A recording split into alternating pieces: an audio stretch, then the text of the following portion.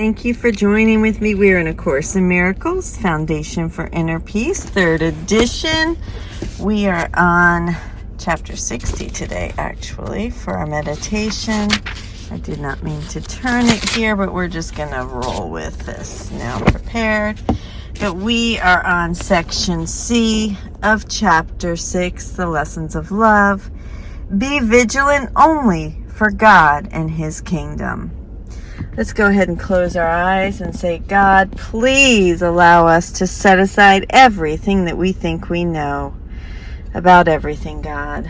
Please allow us an open mind and a new experience. Help us to be who you would have us be, go where you would have us go, say what you would have us say, and to whom, and do what you would have us do. And so it is. Amen. All right. The lessons of love, we're on page 108.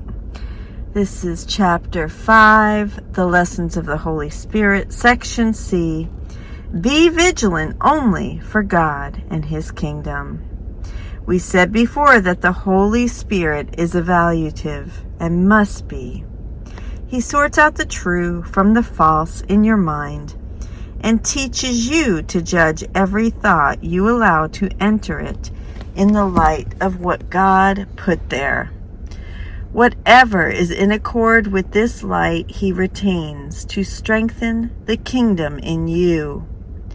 What is partly in accord with it He accepts and purifies. But what is out of accord entirely He rejects by judging against. This is how He keeps the kingdom perfectly consistent and perfectly unified. Remember, however, that what the Holy Spirit rejects, the ego accepts. This is because they are in fundamental disagreement about everything, being in fundamental disagreement about what you are. The ego's beliefs on this crucial issue vary, and that is why it promotes different moods. The Holy Spirit never varies on this point, and so the one mood He engenders is joy. He protects it by rejecting everything that does not foster joy, and so He alone can keep you wholly joyous. The Holy Spirit does not teach you to judge others because He does not want you to teach error and learn it yourself. He would hardly be consistent if He allowed you to strengthen what you must learn to avoid. In the mind of the thinker, then, He is judgmental, but only in order to unify the mind so it can perceive without judgment. This enables the mind to teach without judgment and therefore to learn to be without judgment. The undoing is necessary only in your mind so that you will not project instead of extend. God Himself has established what you can extend with perfect safety. Therefore, the Holy Spirit's 3rd lesson is, be vigilant only for God and His kingdom.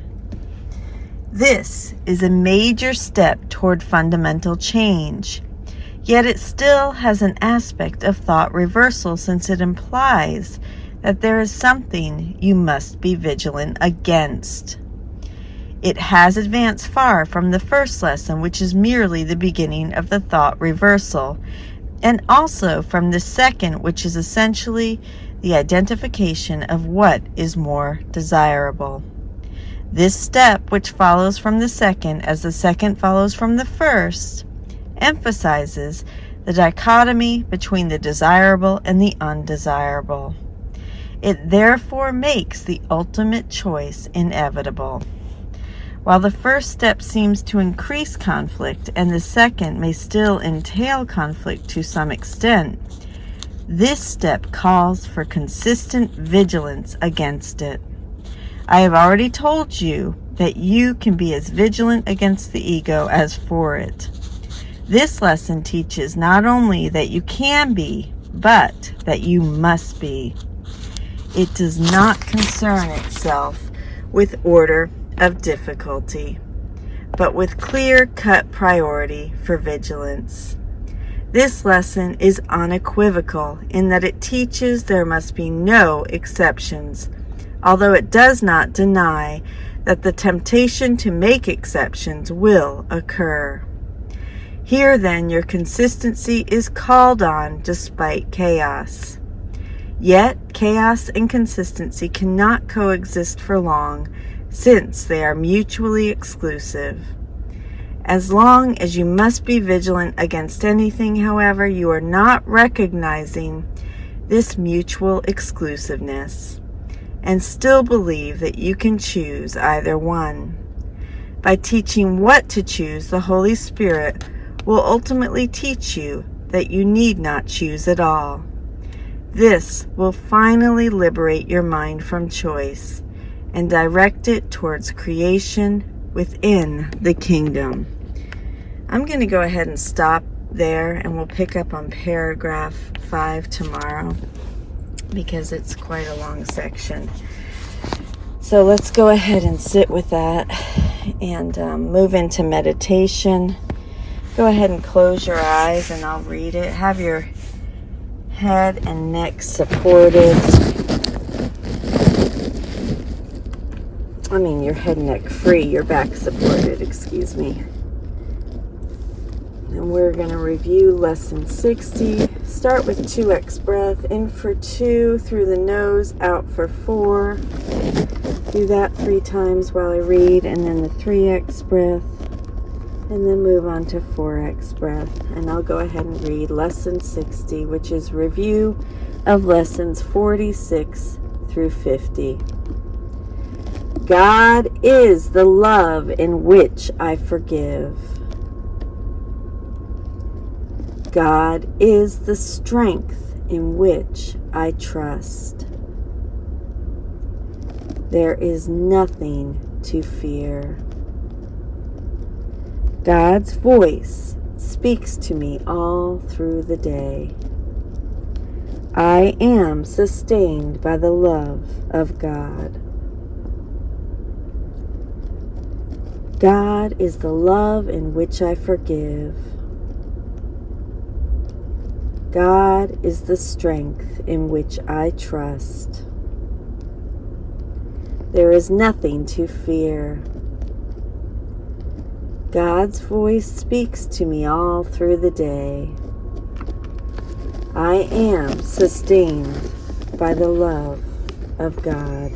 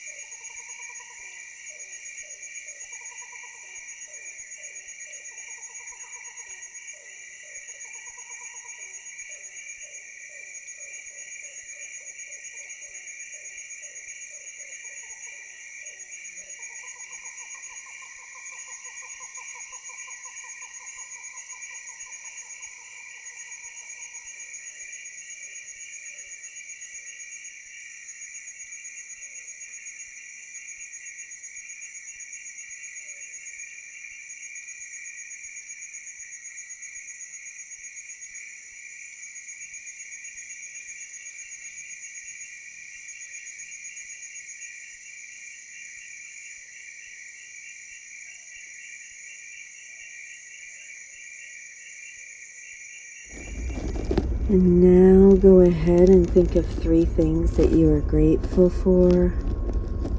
I will repeat the lesson of the day, lesson 60, review of lessons 46 through 50. God is the love in which I forgive. God is the strength in which I trust. There is nothing to fear. God's voice speaks to me all through the day. I am sustained by the love of God. Go ahead and connect with how that makes you feel, being sustained by the love of God. That with the gratitude and joy that we experience.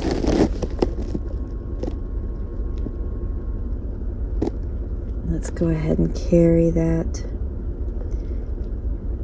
love and light into our day. Thank you so much for joining with me. I'll see you tomorrow. I love you.